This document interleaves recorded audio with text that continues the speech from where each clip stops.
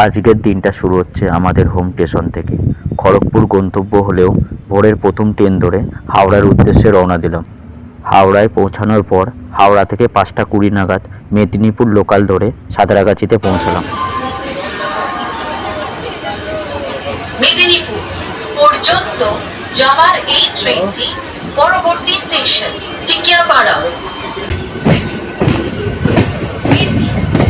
Santragachi junction station. Santragachi থেকে রূপসী বাংলা ধরে খড়গপুরের উদ্দেশ্যে রওনা দিলাম।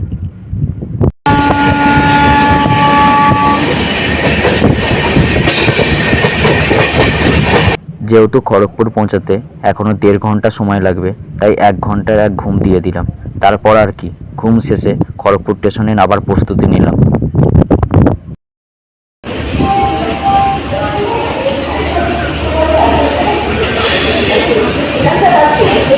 ট্রেন খড়গপুর পৌঁছানোর পর টোটো ধরে হোস্টেলের দিকে রওনা দিলাম।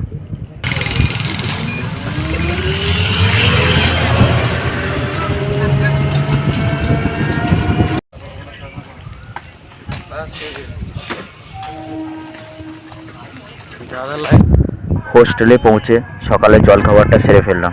সকালের মেনুতে ছিল পোহা।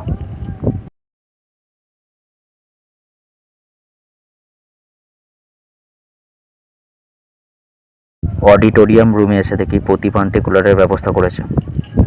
সকালের ক্লাস শেষ করে দুপুরের খাবার খেয়ে রুমে এসে রেস্ট নিলাম।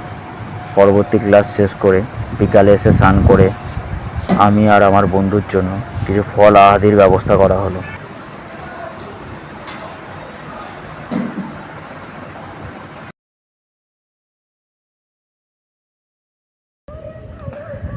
সেটাই খেতে খেতে কিছুটা সময় কাটালাম রুমে।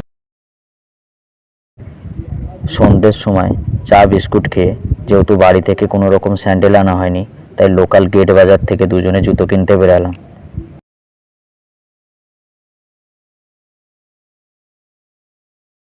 জুতো কেনার পর সামনে মন্দিরে মা কালীর দর্শন শেষ করে হোস্টেলে ফিরলাম। নতুন জুতো পরে ডাইনিং হলের দিকে রাতের খাবার খেতে রওনা দিলাম। ঢুকতে দেখি সামনের ক্যাম্পাসে কিছু কলিগ ক্যারাম বোর্ড খেলছে, তাই তাদের সাথে কিছুটা সময় কাটালাম।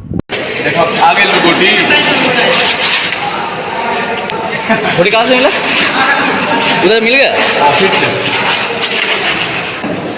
आनंद खेलबी एक दान हो जाए ना वो अटक सेट करेंगे तब हम खेला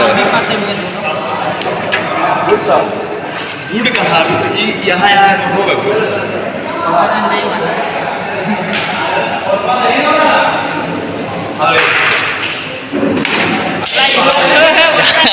জ্বালা हो गया।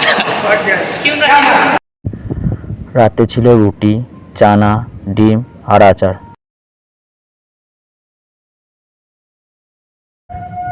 রাতের খাবার শেষ করে রুমে এসে গল্প শেষ করে ঘুম দিলাম। এই ছিল তৃতীয় দিনে কাটানো খড়গপুরের অভিজ্ঞতা। Good night, Radhe Radhe.